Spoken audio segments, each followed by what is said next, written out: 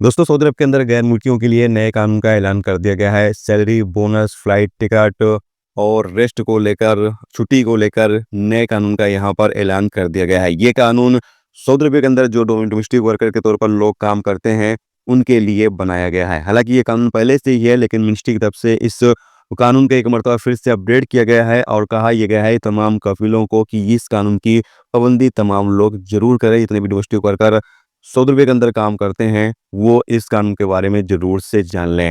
तो सबसे पहले यहाँ पर आपको बता दें कि कहा यह गया है कि अगर वर्कर 2 साल में छुट्टी पर जा रहा है या फिर फाइनल पर जा रहा है, तो फ्लाइट टिकट की ज़िम्मेदारी कफ़ील की होगी। अगर छुट्टी पर बंदा जा रहा है, तो आने-जाने का जो फ्लाइट टिकट है, वो कफ़ील पे करेगा, कफ़ील देगा।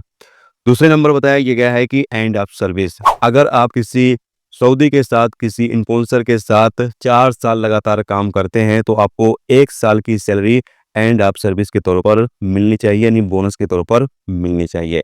तीसरे नंबर बताया ये गया है कि अगर आप बीमार होते हैं, तो हर साल आप 30 रोज की बीमारी वाली छुट्टी ले सकते हैं, वो भी सैलरी के साथ, यानी पेड इसकी लीव हर साल आप 30 दिन की ले सकते हैं, लेकिन इसके लिए आपको वैलिड मेडिकल रिपोर्ट पेश करनी होगी, यानी आपको मेडिकल रिपोर्ट पेश करनी होगी। उसकी बुनियाद पर आप हर साल 30 रोज की छुट्टी ले सकते हैं सैलरी के साथ।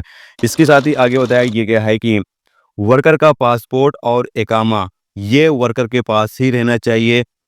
कफील वर्कर का इकामा और पासपोर्ट अपने साथ नहीं रख सकता है। ये कानूनन एक अपराध है। जैसा कि अक्सर देखा जाता है कि बहुत सारे कफील वर्कर के पासपोर्ट अपने साथ रख लेते हैं, अपने पास रख लेते हैं, वर्कर को नहीं देते हैं, जो कि कानूनन एक अपराध है।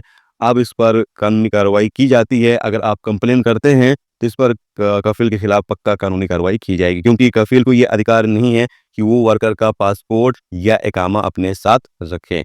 इसके साथ ही आगे बताया ये गया है कि वर्कर को हर हफ्ते 1 दिन का रेस्ट मिलना चाहिए। और यहाँ पर कहा यह भी गया है कि 24 घंटे में 8 घंटे कम से कम वर्कर को रेस्ट मिलना चाहिए। बाकी इससे ज़्यादा भी दिया जा सकता है, लेकिन कम से कम 8 घंटे रेस्ट वर्कर को मिलना चाहिए। और आगे यहाँ पर बताया गया है कि वर्कर की जो भर्ती की लागत है, यानी जब नए वर्कर को भर्ती किया जा रहा है, तो उसमें जो फीस है, चाहे वो वर्क परमिट की फीस हो, इकामे की फीस हो, नकल कफाले की फीस हो, या बाकी तरीके की जो फीस है, वो वर्कर से नहीं लिया जाएगा। वर्कर से 1 पैसे भी नहीं लिए जाएंगे। सारा जो खर्च है, वो कफील की जिम्मेदारी होगी, वो पे करे। अगर वो पे नहीं करता है और वर्कर से पैसे लिए जाते हैं, तो ये कानून का वायलेशन है, जिस पर कफील को 20,000 रियाल का फाइन किया जाएगा। और यहाँ पर बताया गया है कि 3 साल तक बैन कर दिया जाएगा, कि वो 3 साल तक अपने यहाँ वर्कर की भर्ती नहीं कर सकता है। तो ये कुछ नए कानून, नए नियम डोमेस्टिक वर्करों के लिए लागू कर दिए गए हैं, जिससे सऊदी अरब के अंदर जो डोमेस्टिक वर्कर काम करते हैं, उनको काफ़ी ज़्यादा फ़ायदा होगा। तो इन कानूनों के बारे में आप क्या कहना चाहेंगे? प्लीज़ अपनी राय का इज़हार कमेंट बॉक्स में ज़रूर करें। और जो कानून मैंने बताया है, अगर वो आपको नहीं मिलता है, वो अधिकार आपको नहीं मिलते हैं, तो आप Saudi ministry of human resources में जाकर इसकी कंप्लेन भी कर सकते हैं, इसकी शिकायत भी दर्ज करा सकते हैं, जहाँ पर जो भी कार्रवाई है आपके कफील के खिलाफ की जाएगी।